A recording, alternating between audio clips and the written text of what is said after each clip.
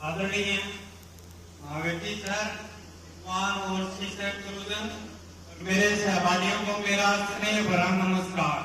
सबसे पहले तो मैं अबोध कोचिंग क्लासेस में प्रतिभा सम्मान समारोह में आप सभी का हार्दिक स्वागत और अभिनंदन करता हूँ।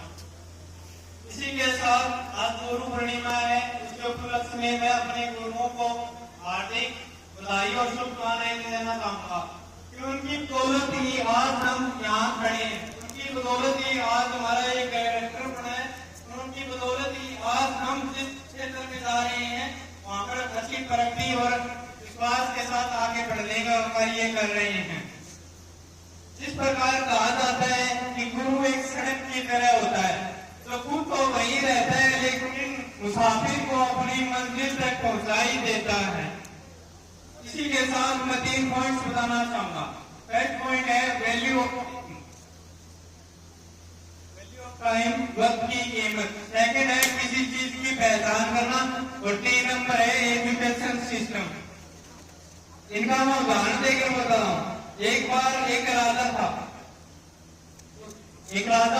उसके पास अच्छा साम्राज्य था और शासन भी अच्छा करता था, लेकिन धीरे धीरे उसमें उसमें आलस्य आ गया, जिसके कारण उसने अपनी प्रजा और साम्राज्य पर ध्यान देना बंद कर दिया। उसने ध्यान देना बंद कर दिया कि पड़ोसी राजाओं ने उस पर आक्रमण किया और उसकी हालत इतनी खराब हो गई कि उन्हें जंगलों में जाना पड़ गया। जंगलों में गए तो उन्हें किसी ने बताया कि यहाँ पर एक साधु है, आप उसके पास आइए, वो आपकी समस्या का जरूर समाधान देगा। वो राजा साधु के पास गया, जाते ही उसने अपनी समस्या साधु को बताई, तो साधु ने उसे 2 पर्चियां दी। बोले एक पर्ची तो तुम तब देखना जब तुम्हारी हालत इससे प्राप्त हो जाए, और एक पर्ची जब तुम देखना जब तुम्हारी हालत अच्छी बढ़िया हो। उसकी हालत उससे भी खराब हो गई, घास फूस की रोटियां खाने पड़ गई। तब उसे याद आया कि मैं एक साधु की पर्ची दी थी, वो मैं देख के लेता हूँ। उसमें लिखा था वक्त है चला जाएगा, जिससे उसको राजा को मोटिवेशन मिला। उसने अच्छी कार्य किया और अपनी वापिस से अपने साम्राज्य का विस्तार किया।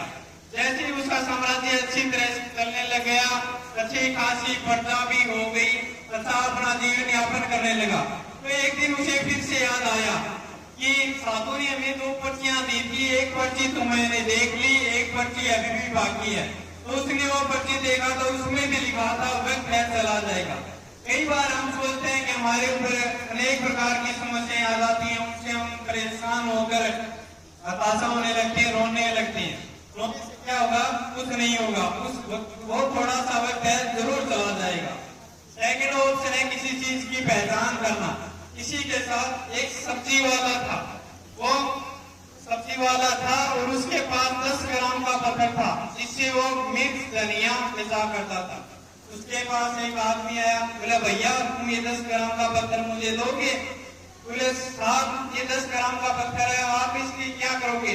तो नहीं भैया मुझे चाहिए, इसके मैं आपको 10,000 रुपए दूंगा। बोले वाह पागल हो, ये 10 ग्राम के पत्थर के 10,000 रुपए दे रहे हो? नहीं, बोले भैया मुझे चाहिए, मुझे पत्थर दो। बोले अच्छा, एग्रीमेंट साइन हो गया। जैसे ही उसने वो पत्थर ले लिया, 10,000 रुपए दे दिए। तो उसने पूछा भैया पागल थे, 10 ग्राम के पत्थर के आपने 10,000 रुपए दे दिए? बोले भैया मैं पैसे से एक जोड़ी हूँ, और ये एक कोहिनूर हीरा है जिसकी कीमत 1000 करोड़ है। तो सब्जी वाले ने कई बार सोचा, बोले एक कोहिनूर हीरा है, तो जिस मेरे पास मेरे पलड़े पर 1000 करोड़ के हीरे थे और मैं आज तक 10 वर्षों से सब्जी बेच रहा हूँ, क्यों? उसके पास पहचान नहीं थी, उसे जानने की कोई इच्छा नहीं थी, वो पैसे से दोहरी था। उसने उसका मोल पता कर लिया और अच्छी खासी उसकी पहचान की। इसी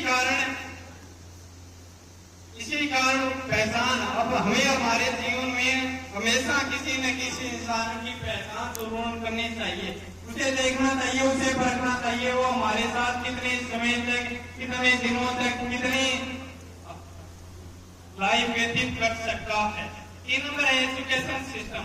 हमारे राजस्थान में नीम का थाना अभी जिला बना, उसका एक गांव है नयाबाद।